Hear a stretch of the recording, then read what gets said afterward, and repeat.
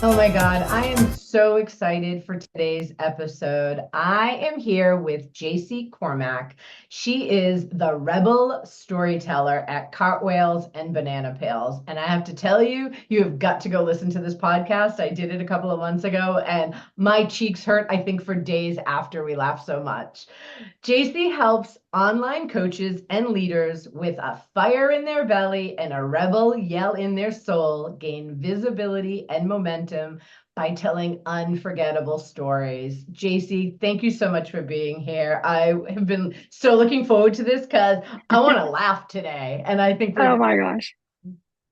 Oh yes, right. I mean, that is one of those episodes, by the way, that I talk about. It's one of my favorite episodes. to. No Oh my offense to gosh. anyone else, but we had a blast. It We was really a did. riot. That We was did. so much fun. So, tell the listeners a little bit about yourself and your journey and how you got to where you are today. So, as you know, I have a pretty big personality. We could It match that. shows. Yeah, we could match personality to personality, I'm sure. I, oh my gosh, right? Uh, but though I teach people how to tell entertaining stories and tell their stories, obviously, so they connect with people, because I talk about attracting people, your right people, and repelling the wrong ones. But I didn't start off that way. I was a super, super, super shy child.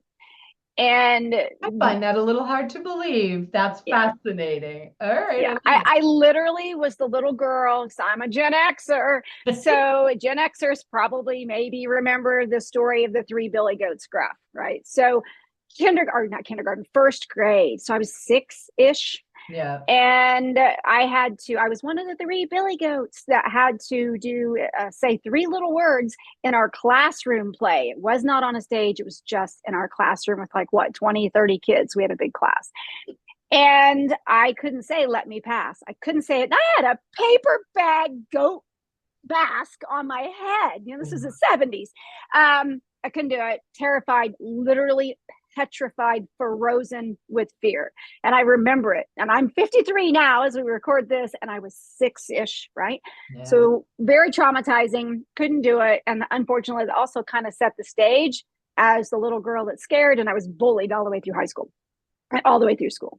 Even though eventually, as a teenager, I became a cheerleader. And by that point, I had been dancing for many, many years because about a year after that terrifying moment in that classroom, I was on stage consistently the rest of my life.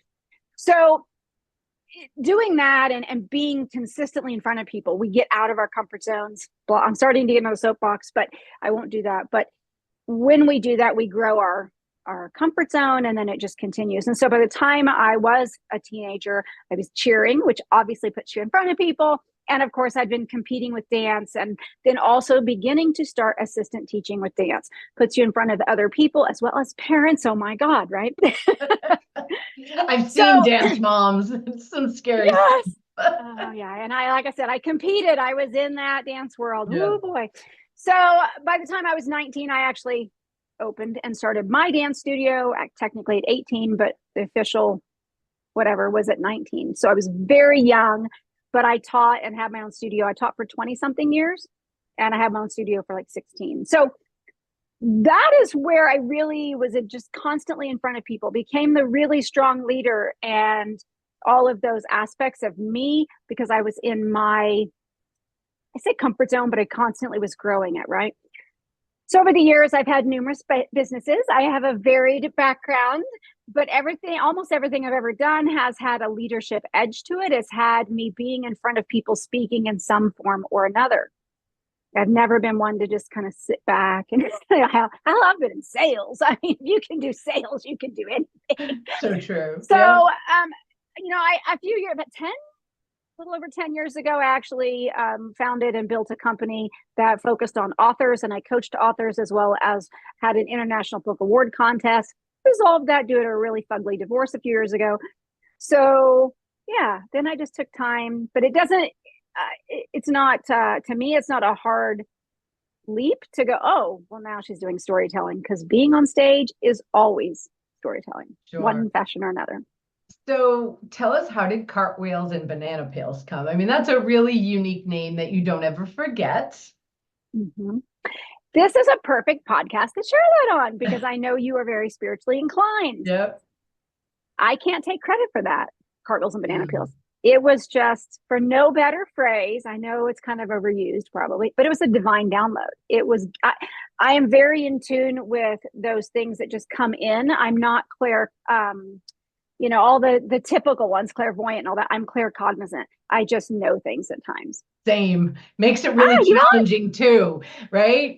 So challenging. That's a whole other podcast, but yes. Oh my God. Yeah. Yes. And I do the whole precognitive dreams. I do those too. Anyway, mine are always a little skewed, so they're a little funny. I have stories around those. Yeah. You're like, what just happened? I'm like, is that? Anyway, you're like, am I supposed to pay attention to that? I don't know. So that was just one of those that I was like, oh, my guides just knocked on the door and said, JC here, and handed it on a silver platter, but I didn't know what to do with it. I had no idea. So I put it in on the back shelf or the back burner or whatever for probably a year and a half.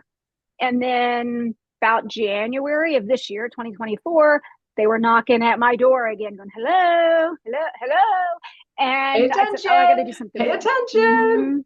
Yeah. And I'm like, it's truly this cool name that I clearly wanted to do something with, and it fits me obviously because I was in the dance world and I was a gymnast and I coached gymnastics, I was a cheerleader, all that stuff. So cartwheels made. And Francine, that was the thing in my little small town that I grew up in, where I had my business, that first business.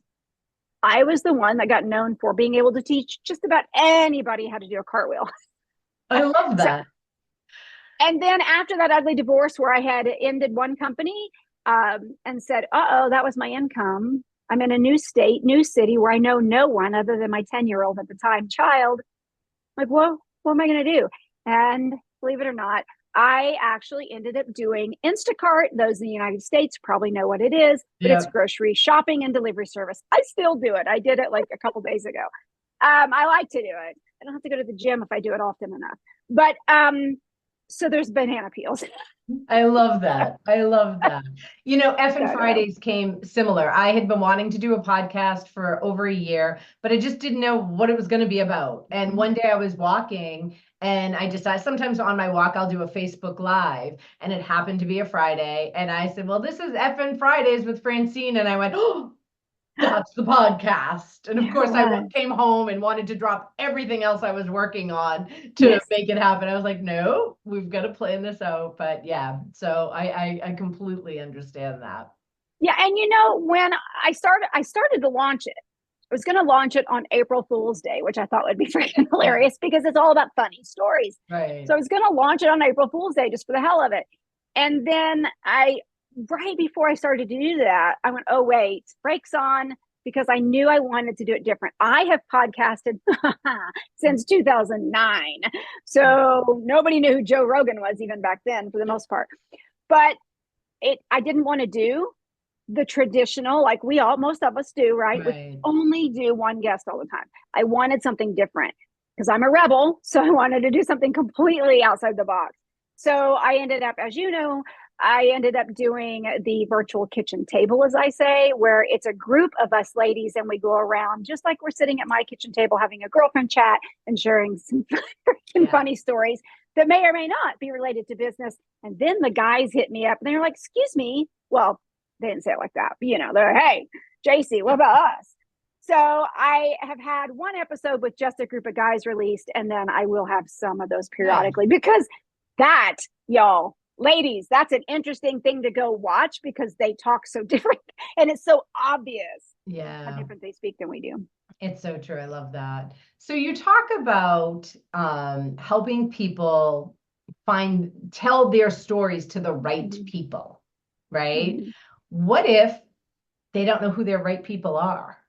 Or do you help them figure that out as well? Mm-hmm. Yeah, that is absolutely part of, I'm actually putting a course together that includes that. But I do that with one-on-one clients too, because we have to know who we want to speak to. Right. That doesn't mean that was a prime example. I was focused on the women. I've always had a big focus on the women and the girls and empowering my fellow females, right? But then the guys are like, oh my God, that's hilarious. We want to be on that show. And I said, wait a minute, it's really branded pretty feminine, even though I'm not a girly girl. But I'm like, what? So anyway, so when you know who you want to speak to, you will get their attention and they will be like, oh my God, she's talking to me.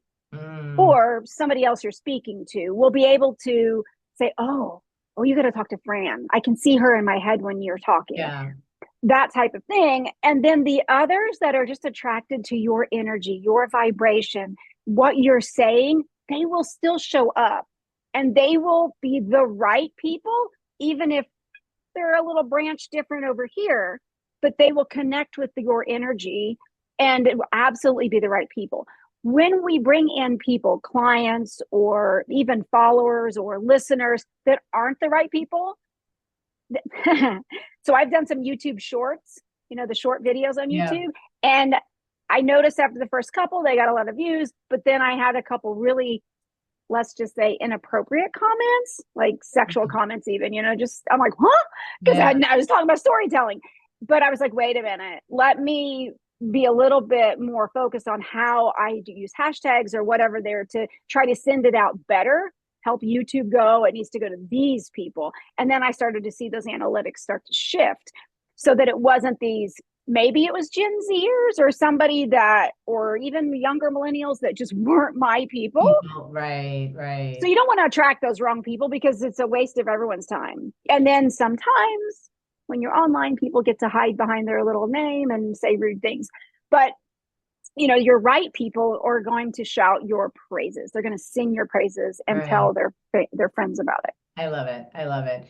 So you say telling your story is really important in your business. Tell us why. Like, why is that important?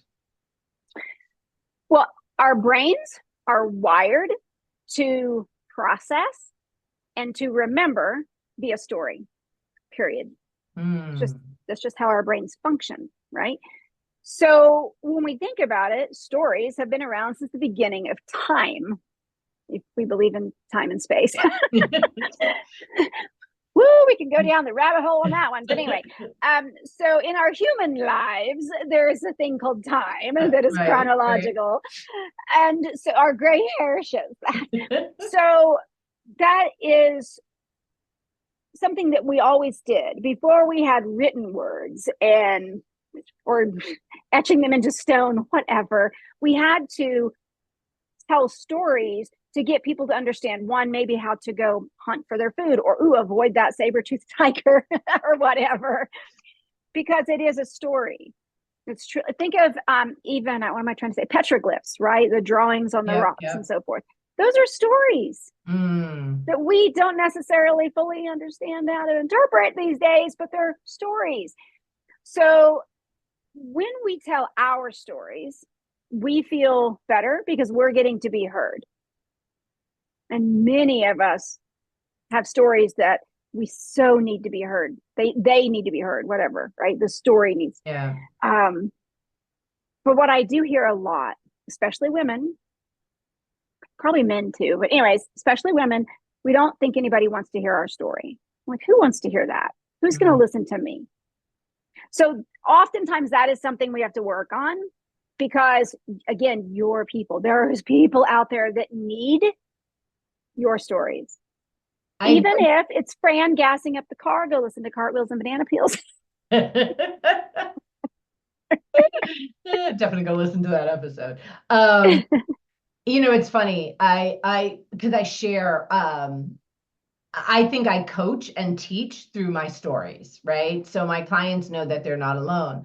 And my question would be, can you overshare? Because there are times I'm like, oh, I think I overshared, right? So is there a line of oversharing? Of course. Yeah. I mean, the first thing that just popped into my head is how many times have we kind of made fun of people when they, especially there for a few years, they're sharing every meal and every breakfast they had on social media. Right. It's like, y'all, we don't care what grandma had for breakfast. I'm sorry. Or there are those that kind of overshare on social media. They still do. Yeah. I like TikTok. It's kind of my go-to for whatever, just to chill out. and my ADHD. It fulfills my I haven't ADHD succumbed to dopamine. TikTok yet. It took me too long to get to Instagram. I'm like, I can't. I just can't. I know, I totally hear you, but that constant, it's like watching reels for some people Yeah. on Yeah. Facebook or Instagram. Yeah, it does fulfill the dopamine hit, Yeah. sadly. So, but seeing people talk, because I'm single, so seeing people talk a lot about their dating experiences, sometimes I'm like, man, are they just, it's interesting. It's like this little mini soap opera, but are they kind of oversharing? Because boy, people that know them or someone they've been out with, they just shared about that. I'm like, so Right. you have to really use discretion. Yeah. Yeah, you really do. And But would you my say degrees, that's another place where you need to also know your audience too, right? Like if yes, it's one-on-one and you absolutely. know who you're talking to, and yeah. And it's Yeah, because my interesting. degrees are in psychology. Sorry. Oh, sorry. We're like, let's get so much in. No, I I just know. want to go back to what you said earlier about you remember the stories. So last night I was at a networking event and it was very small. It was only 6 of us. And the woman that was hosting it, her and I both know that we've met. We're in similar groups. We knew we met before, but we couldn't figure out where. But she shared a story. And in my brain, I was like, I've heard that story before. Yeah. Mm-hmm. Right? Even though I have no idea where I've met this woman, whether it was online, whether it was in person, whether it was yesterday, whether it was last Yeah. year, but she told a story and I thought, oh, I've heard this story before. Mm-hmm. So Yes. yeah, I just want to put that because that just Yes. happened to me last night. Yeah. Yeah. So it does, it builds connection. And so just to say it, and then I'll stop trying to say it.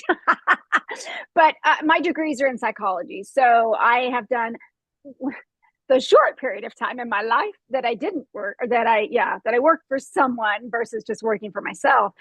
Um, I worked as kind of a social services similar thing. I had to go into families' homes and assess them to see if they needed basically parenting coaching, which was funded by the state. Anywho, so I had to ask some of the nosiest questions you could ever possibly imagine asking, unless you're in that field, of course. But Sure.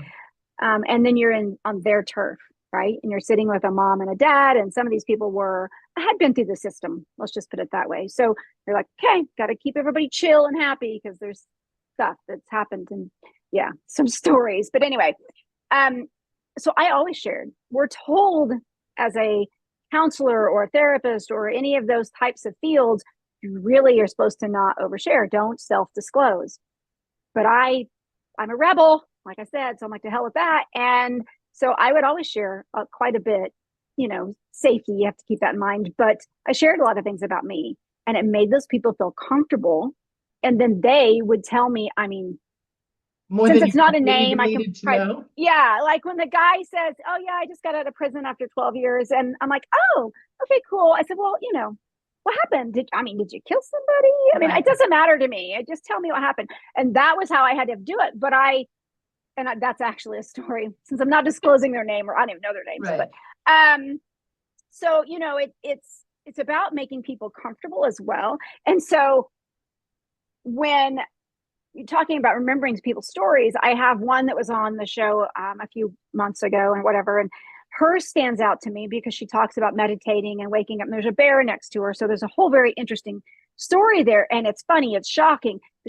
Her energy is this beautiful soft energy, and she's a grief coach, versus my big crazy energy. Right. But let me tell you, if I needed somebody, I would remember her. Just in yours has stuck out. I'll be straight up, I have told your story quite a few times to people because it's a great example. And you guys, again, you got to go listen to Frank because it's funny. So it makes you stand out, but it's not directly related, obviously, to your work Right. in the world. But guess what? We're not going to forget you then.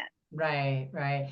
And I do a lot of work with women who spend most of their time in their head, right? Like we always work with our older avatar of ourselves, right? So Yes. I help women move from their head to their heart and make really big changes in their life. And that gets really scary, right? So oftentimes the stories and I don't ever ask my clients to do anything I haven't already done myself.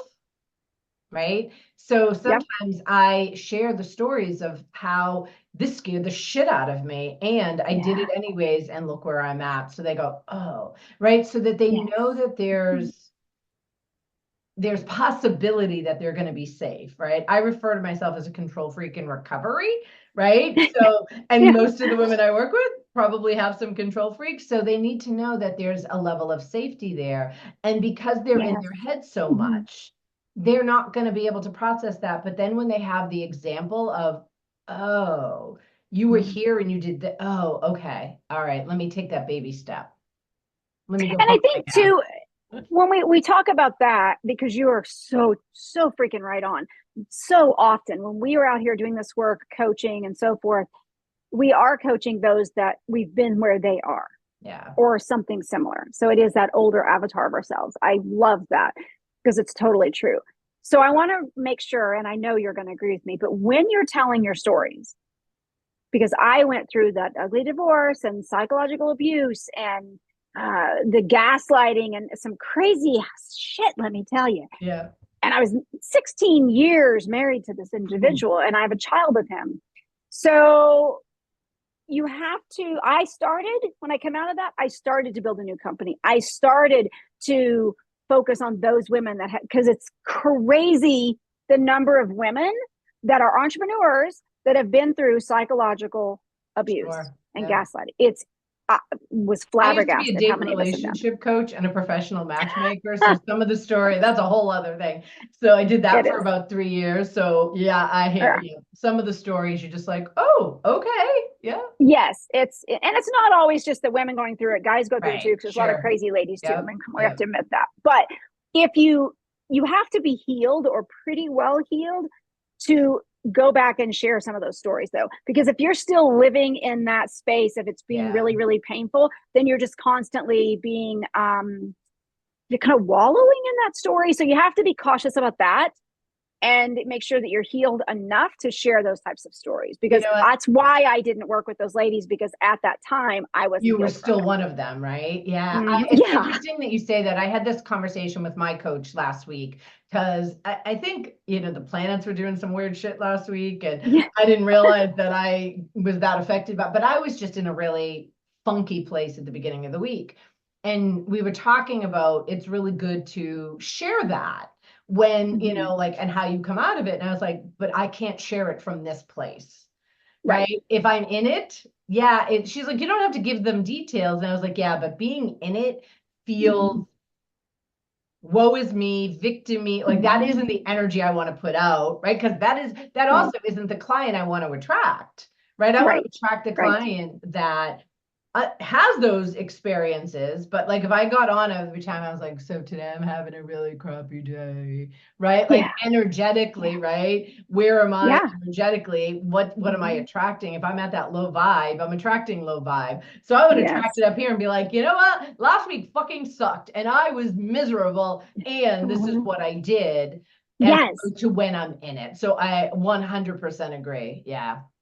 Yeah. But it's also important that when you're in a space where you can tell the story, Right. especially in the vibe that you just did, this fucking sucked. When you Right. can tell it in that energy, one, you're going to help lift those people, just kind of giving them that hand up without getting sucked down into the rabbit hole with them, Exactly, right? right? Because then people get, and here's the thing, going back to the whole social media, we love drama and trauma on social media. Have you ever noticed the It's most true. posts that get likes and Yeah. comments are the ones that are like, hey, my husband had a procedure or surgery last week. And I was like, I had more likes on that than something really Mm-hmm. happy and upbeat, right? So It's true. it's 100% true. Yeah. So we have to be careful of what we're putting out there because people are going to be like, yes, Yeah. somebody's cranky and miserable. I'm going to suck on to that. And that isn't the energy It's that I true. want to put out Oh there. my gosh. Yeah. I mean, think about it. How often do we kind of hear the joke that so many women, we don't like horror movies per se, necessarily, but oh my God, we'll watch the true crime, even the really bloody ones or whatever,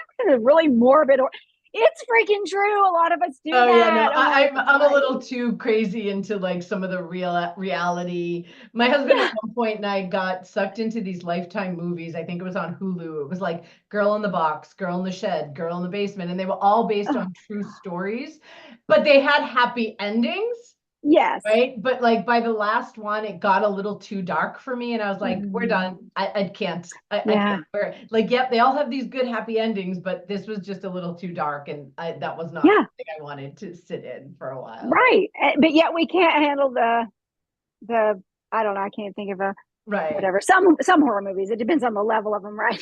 Yeah. But yeah, so when you share your story, it people do want to hear it. You're right, people do want to hear it. But as we just said, we just need to be conscious of where we are when we share that story and how we share it, because that's something else that we should point out. Just because you know your story or stories, it could be a funny story, right? But it's also how you deliver it. It's how you tell it, because that changes the energy. It keeps them entertained or not.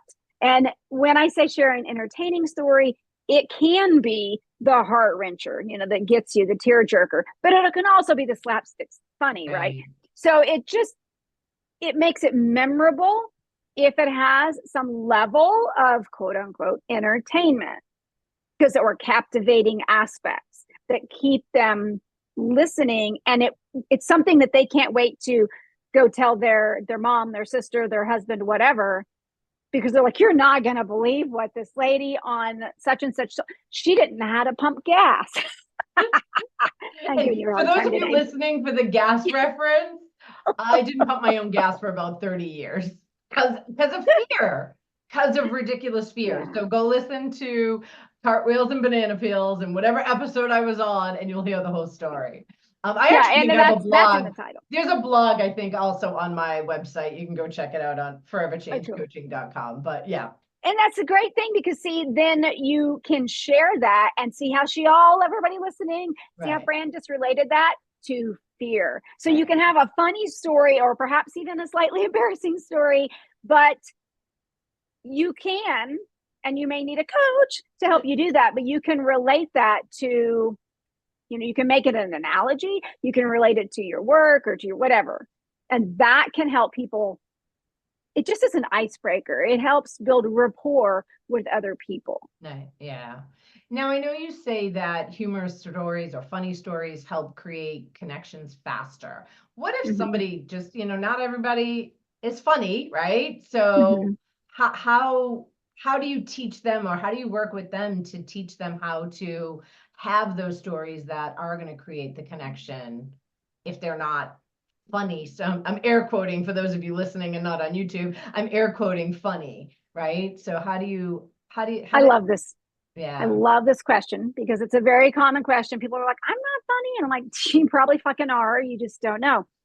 So again, it comes from delivery, but I want to preface it before I even dive into that. And the funny thing is, my teenager, he's 17 right now, and his sense of humor is completely different than mine. Sure. Like very dry sense of, just totally different.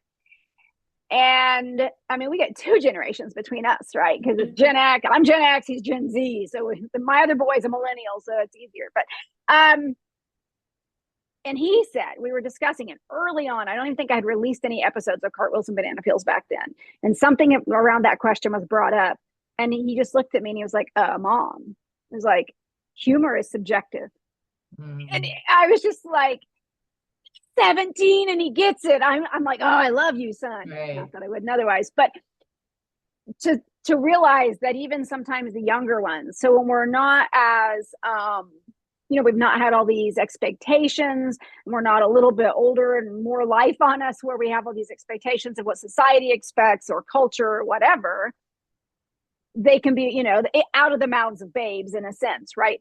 He just got it. That's something that is so important to understand. Your sense of humor, if it was funny to you, if it gave you a chuckle or a shocking moment, your people, your right dream client, friends, family, client, whatever, any of those things are going to giggle, get a chuckle, whatever out of it. Yes, then it does also come into learning how to deliver it. Because if you do it very robotically, if you don't know how to space your words or accent your words, you have to learn how to do those things. Absolutely. That's a skill set. And that's the So thing, you work with your clients and teach them how to do that. Hey, after almost 50 years on stage, yeah. You might know one or two things about how to do that. A couple. So I'm curious, right? So as much as stories can connect us, I would also imagine they can repel us, right? Mm-hmm. So, Absolutely.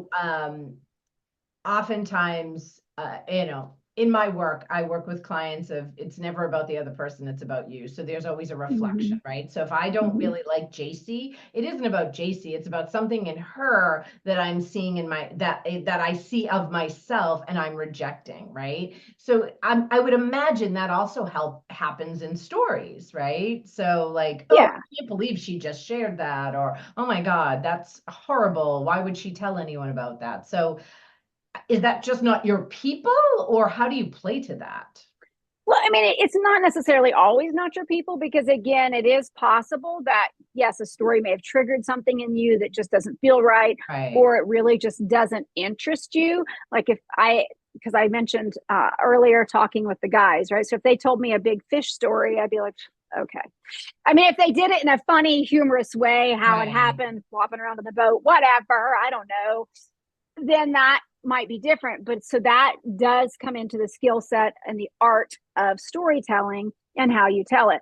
But at the same time, hey, if it's just something that doesn't interest me, it just doesn't happen to be like, I kind of like dark humor as well. And not everybody would be open to that. They're like, really, that's kind of morbid. Like, okay. And so they're not interested. And that's okay. There's nothing wrong with that. Or I mentioned my amazing teenage son. His sense of humor is very different than mine. We have some things that we can laugh and giggle about and just crack up. But then there's other times that we just look at each other like, okay, alrighty then. And it's okay so again, I reiterate, humor is subjective. Think of it this way. Do you like every single freaking genre of music? Hell no. Absolutely not. Yeah. And even if we'll use country for a moment, just for the hay of it, because that's what's popping into my head. If you like country music, there are certainly those that are the camp of the old school Hank Williams Sr. or even Hank Williams Jr., twang, old, whatever. Mama got run over by a train and her dog died, whatever, right? After she killed her husband. Then there's the newer ones that's like, got Gwen Stefani with Blake singing. It's very, very different, right? So some of us like both, some of us don't like, but this one or that one, or we only like, I don't know, Kenny Chesney, whatever. So there's different. Do you also work with your clients to help them read their audience, right? I know if we're doing, oh my God, yes, right? Because if I'm sitting here and I'm telling you a funny story and you're like glazed over, I need to wrap it up. Right? Versus if you're engaged, I want to just keep going because I want to keep you engaged. Yes. That was in my head earlier. I'm so glad that powers that be brought this back in, because I meant to share it and I forgot. So that is even something when you're even doing your elevator pitch, which I'm an advocate of doing 20 seconds or less. Mine's usually 10. Yeah. Which basically what you shared this morning is my elevator pitch, because that's just what I do, but it's very short. Yeah. So you have to read your audience. You absolutely have to, whether it is telling somebody what you do, or whether you're in a podcast interview, you can hear it, or if you happen to get to be on video, then you can see it in your host and see if he or she is still on board. You may not know they're already, right? You got to wrap it up, right? Yeah. Right. And because if their eyes are glazing over, oh, you have failed. If you are on stage and you've got Bob over there nodding off, you better do something to bring him back in. Sometimes you can't, but right. So that's really, really important. But if you don't know your audience at all, if you really aren't sure, this is a two-sided coin here, right? If you don't know the audience that you want to be speaking to, then that makes it difficult for you to tell the right story, to tell it in the right way, because you can take one story and tell it so many different ways. So if you go into a situation, though, that you don't even know who this crowd is. I had a client a colleague that reached out to me probably a year ago almost now. And she said, hey, would you look at my outline for this talk I've been asked to do? I'm like, sure, I'll do that. I'll take a quick scan at it and give you my feedback on it real quick. And I'm looking at it and I'm like, who's she speaking to? So I asked her, I said, hey, what audience, who's in this audience at this event you're going to speak at? You know, are they entrepreneurs? Are they corporate? You know, I remember those two questions because I couldn't even tell between those two, the way she had it laid out. And she was like, oh, I don't actually know. And then that particular event didn't answer her when I said, ask these questions. They didn't answer her. And I said, step away from that one. I would not waste my time on that because you cannot put your talk and your stories together in a way because it's going to relate to them because you don't know who the hell they are. Yeah, I love that. I love that. What is something you live by that you want to share with the listeners? That I live by? And it can be work or personal. Like it, yeah. Probably both. This one rolls into both. I can't say that I've ever consciously, like intentionally lived by it, but I came to realize that it's just something I've done for most of my life. I always try to make the person that how do you want to say that? There's a saying that goes with that, but I'm making them happier than when I first walked up to them or when I come into their space. Oh my gosh.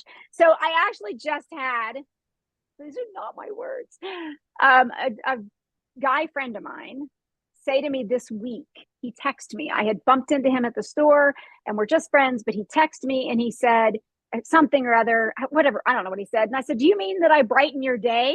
Is that what that meant?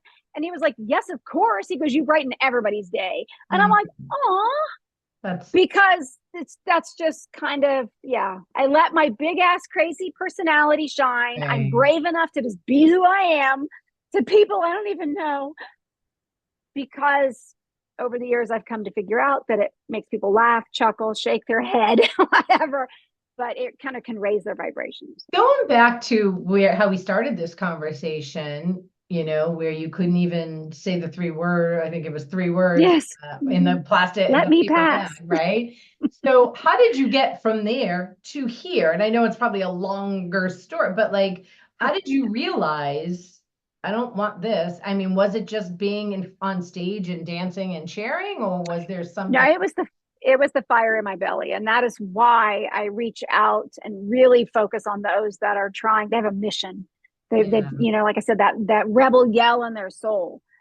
I'm a rebel. So sometimes just because we're scared and going, oh my God, right, we're shaking in our boots. We're going to do it anyways.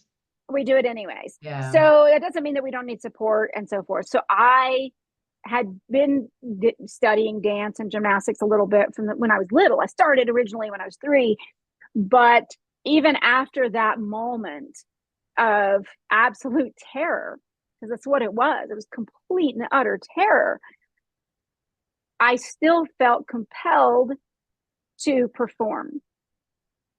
So I wanted to perform. Scared you, you did it anyway. Oh, yes. I mean, hey, I have the story of being, I don't know how old I was, probably 12, 13, something like that, at a competition. And by that point, I'd been competing for probably 7 or 8 years.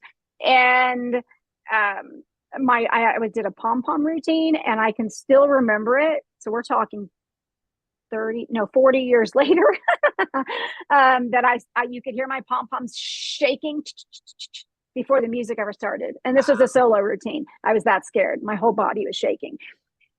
But I never stopped. I kept going. I kept doing it over and over. And when we do something over and over and over, as I said earlier, we step our toes out a little bit over that comfort zone. Comfort zone just got bigger. When we're ready to, we step our toes out a little bit further. So we just keep growing it. And hey, you know, I mean, don't think that I'm not nervous and like, oh my God, in new situations. Right. In a dating situation, I was nervous the other day on a first date. So, you know, or doing something that I'm not used to doing.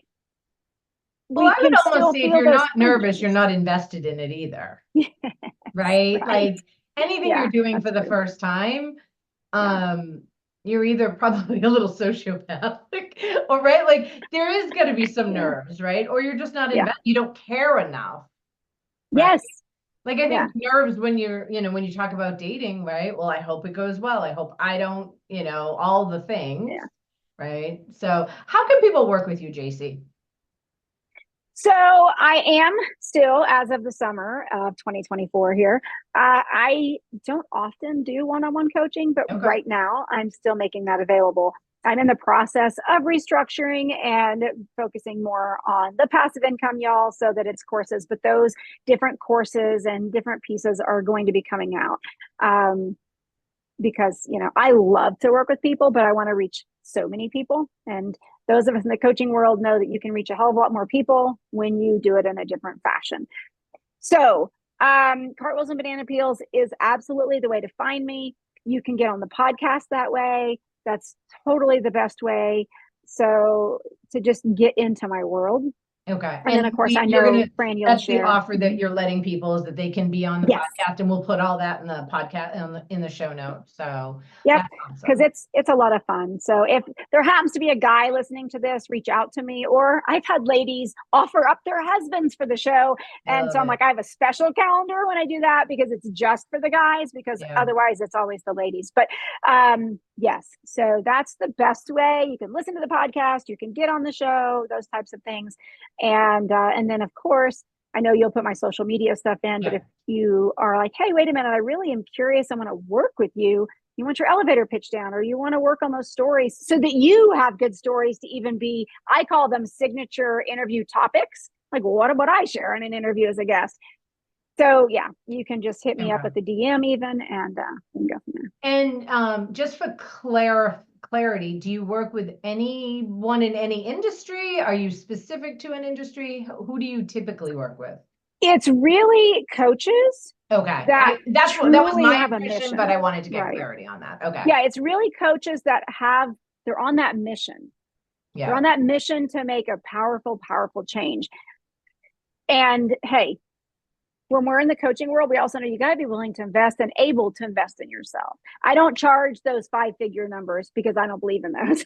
Yeah. I've done that. Hey, I have my reasons for consciously choosing, even though you guys, I have decades of experience. And if we look at the coaching industry, I'm on a tiny soapbox, forgive me. But if we look at the coaching industry, what I bring to the table, is it worth multiple 5 figures? Yeah. I choose not to do that because the mission that we have is so freaking powerful.